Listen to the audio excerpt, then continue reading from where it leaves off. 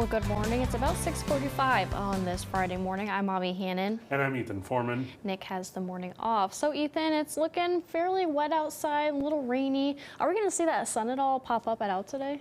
We should see some afternoon sunshine, Avia, but we see some clouds this morning. And as Avia mentioned, there is some rain out there this morning as we look at our Total Motors camera in Lamar's, Iowa, and have seen some pretty hefty rainfall overnight as we see about 2.5 inches in the Omaha area. That is a record for yesterday. They also saw some pretty hefty amounts in parts of Sac and Calhoun counties as well, but most of us seeing generally between 1/4 and 1 inch of rainfall, which is what it was expected. Areas to the west where they do have the worst drought right now are seeing some lower amounts, but we do have some severe chances for Sunday and also for Monday as well, with a slight to enhanced risk of severe weather already in place. I'll break down those details coming up in your 9 on 9 forecast after Story of the Day.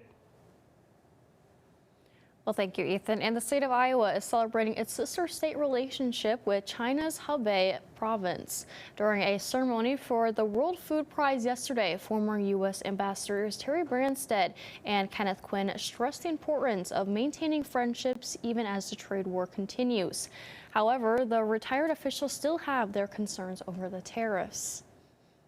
These farmers are going to be in a very difficult situation. So my hope is that the increases in tariffs can be put aside for this growing season, because I think it's not fair to American farmers who are out planting so many soybeans to then not be able to have a market to sell them in. Some are hoping President Trump will once again provide aid to farmers through the Commodity Credit Corporation. And back in the metro, the annual Book Lovers book sale is once again underway at the Southern Hills Mall in Sioux City. The sale is organized by the Friends of the Sioux City Public Library. It features thousands of books that were weeded out of the library's collection, either because they weren't getting checked out or there were too many copies of the same book. The rest of the books are donations from the community. But it's not just books that you'll find for sale. There's also DVDs, records, and audiobooks.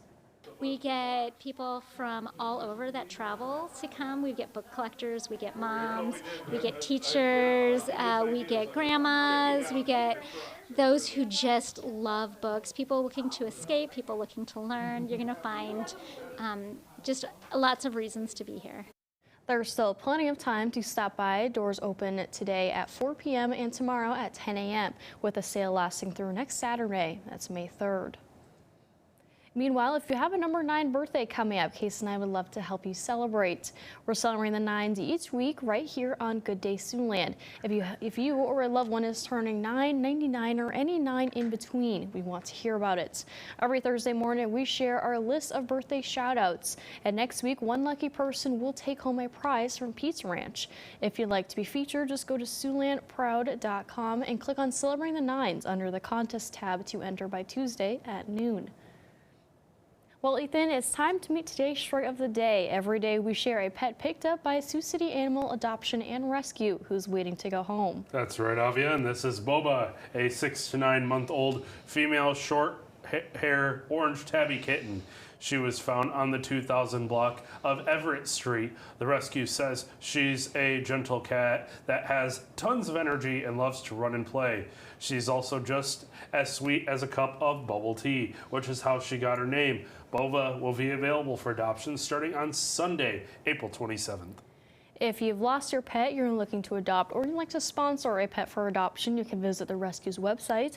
That's at SiouxCityAnimalRescue.com. Well, Ethan, that is just the cutest pet. And I know the rescue says they have a lot of kittens right now. So if you're interested in a kitten, they have a ton of them to look at. Absolutely. And this is interesting to me because I was just on vacation the other day, and one of my friends who's actually a producer at our sister station, Wood TV in Grand Rapids, Michigan, actually invited me to have bubble tea for the first time. So I've never had it before until this week. So That's funny coincidence. Yeah, absolutely. You're going to have to meet that cat then too, so you have it all. I guess so. But yeah, looking like we see some rain chances possible this weekend. So great time to have those pets inside. Here's a look at our drought monitor update showing that we see moderate and severe drought across our western areas, still continuing with abnormally dry conditions to the east. Keep in mind, this does not factor in the rain we had Tuesday, Wednesday, or Thursday of this week. So we will continue to watch that as we head throughout the week next week, as that will update next Thursday. And I suspect some areas toward Omaha will see some improvements. Satellite and radar now shows that rain has moved out of the region. Just some leftover sprinkles and fog still occurring this morning. As we zoom out on satellite and radar, those clouds are not too far away from moving out of the region. We should see some sunshine move in as we head later into the afternoon and evening. It will take some time, but I think we'll end the day with a nice sunset. Then as we head into Saturday, clouds start to build back in as we see a chance for spotty showers on Saturday afternoon and evening into Sunday morning, but most of Sunday looking dry. There is a chance of an isolated shower or storm early in the day, but better chances come as we head into the evening and early overnight hours of Sunday into very early Monday morning, where an isolated severe storm will be possible. Better chances come as this cold front moves through. This model run having some clearing on Monday. As I mentioned before, that's a bad thing. We don't want that, as that will create instability in the atmosphere and spark off chances of showers and storms. Thankfully, this model run not having a whole lot happening, but it's still going to be a possibility as we head into Monday night and Tuesday morning. Marginal and slight risk of severe weather already in place, where isolated severe storms will be possible Sunday afternoon and evening. Better chances come as we head into Monday, with a slight risk for central and a enhanced risk for eastern Siouxland on Monday afternoon. So something we'll have to watch very carefully. Stay tuned this weekend with meteorologist Maggie Warren as we get closer. More clouds and showers, followed by afternoon clearing and a high of 62, a low of 38 tonight. Partly cloudy and quieter conditions. That stormy and muggy day coming up on Monday as we see a high of 85, but clearing. A nice day coming up on Tuesday, just a little cooler with some small rain chances Wednesday night into Thursday as we welcome in the month of May, but we return to some sunshine back to 82 degrees by Saturday, May 3rd. Well, thank you, Ethan. And we turn to sports, where we've got a check-in from the Drake Relays in Des Moines as local athletes took to the track. Anthony Mitchell and Alyssa Tatch have the highlights right here in your morning sports wrap. Good morning, Siouxland. After an exciting start to the Drake Relays with the Grand Blue Mile earlier in the week, our local high school and collegiate athletes hit the track yesterday for an exciting day of competition. Our own Alyssa Tatch has a look from Des Moines. That's right, Anthony. A great day of competition here at Drake Stadium as Siouxland High School athletes start the weekend off with field competition. Starting out in boys shot put, Sergeant Bluff Luton's Alex Wilson made his way into the finals with a 55-foot 6-inch throw. The Warrior would finish in 5th place. Over at the long jump pit, Albert Van Zee from MOC Floyd Valley would make it to the finals, marking a jump of 21 feet 8 3/4 inches. The Dutchman finished the day in 7th place. Lots of athletes catching air at the high jump mat. Wai-Ching Hosniak from Lamars was the last of the Siouxland jumpers after clearing 6 feet 4 inches. The Bulldog tied for 12th place. Back over at the long jump pit, the girls took over. 2 Siouxland athletes in the final round. Rachel Shaney from Emmitsburg with a huge leap of 17 feet 5 inches. She'd finished 7th. And Storm Lake's Mackenzie Harder ended the day in 6th after marking a 17-foot 6 1/4 inch jump. On the track side, exciting day for the Dordt defenders. The girls' 4x800 meter relay beat out Minnesota Duluth by 2 seconds with a time of 9 minutes 2.33 seconds. This is the first women's 4x800 meter relay Drake Relays win in Dordt program history. What we have at Dordt is really special. Everyone on the team really cares about each other and supports one another, and I've always loved. I'm a senior this year. All my years at Dordt, I've run the 4x8, and it's been one of my favorite, most beloved events just because of my teammates, really. So. The Drake Relays continue tomorrow, starting with the high school girls 100 meter hurdles prelims. From Des Moines, Alyssa Tatch, KCAU-9 Sports. All right, Alyssa, thanks so much. And that's your look at sports. Have a good day, Siouxland. Well, thank you, Alyssa and Anthony. And let's take a look at this morning's top stories. It's what you need to know before you go. With measles making a comeback in the U.S. this year, Siouxland doctors urge parents to ensure their children are protected before the virus gets any closer to home. So far this year, there have been 800 confirmed cases of measles with outbreaks noted in 12 states. Compare that to 285 cases in all of 2024. Right now, the majority of cases are in Texas.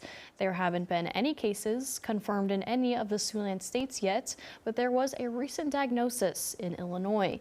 Health officials say it's only a matter of time before it's everywhere, and there's one easy step you can take to give your child and yourself the best possible defense.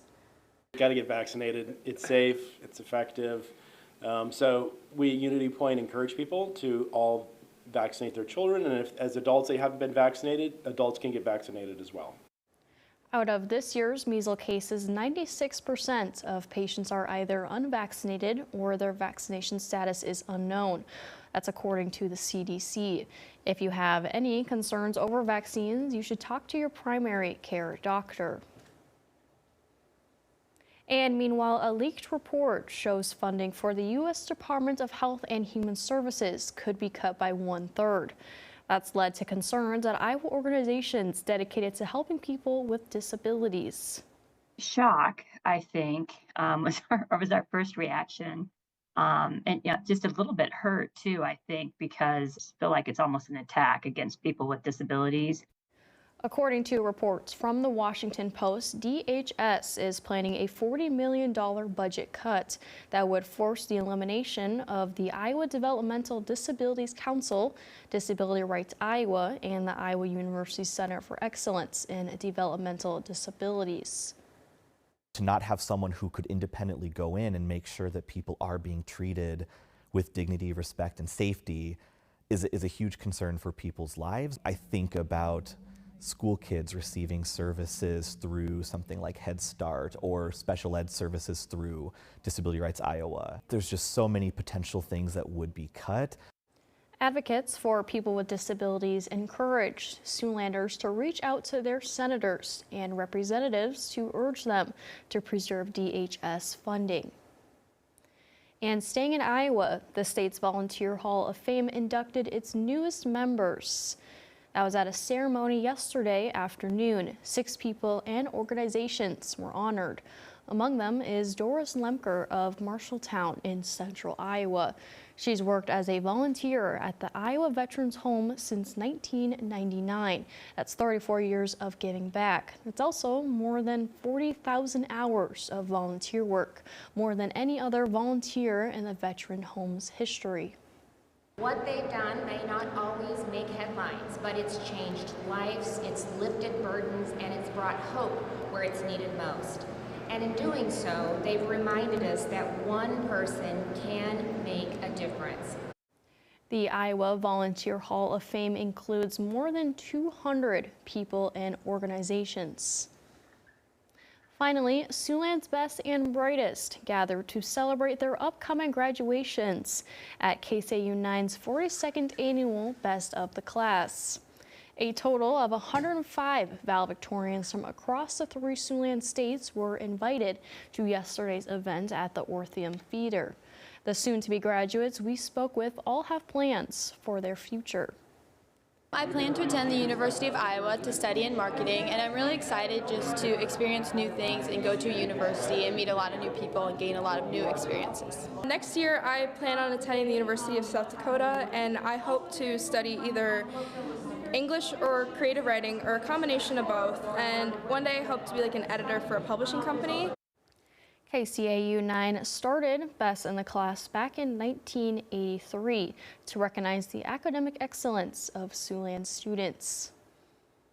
Well, Ethan, it was quite the rainy day yesterday for that Best of the Class. And it looks like it's going to be not so great conditions today. A little bit better than yesterday, though. Yeah, better than yesterday, and we will see some afternoon sunshine. Hopefully, we do have some severe chances we're watching, though, with already a marginal to slight risk of severe weather in place for Sunday. Better chances come as we head into Monday with slight to enhanced risk already in place. Best chances are in eastern Siouxland, but nearly all of Iowa is under that that enhanced risk, not just us here in Siouxland. High temperature today climbing to a high of 62 degrees with some afternoon clearing, dropping down to a low of 38 tonight, partly cloudy and quieter, and those storms possible Monday. The rest of your forecast coming up on KCAU 9 News at 11:30. Have a fantastic Friday and a wonderful weekend. Absolutely, Ethan. Make sure you get out and enjoy that nice weather before more of that rain comes in. Absolutely. Well, have a great day, and we'll see you all again at 11:30.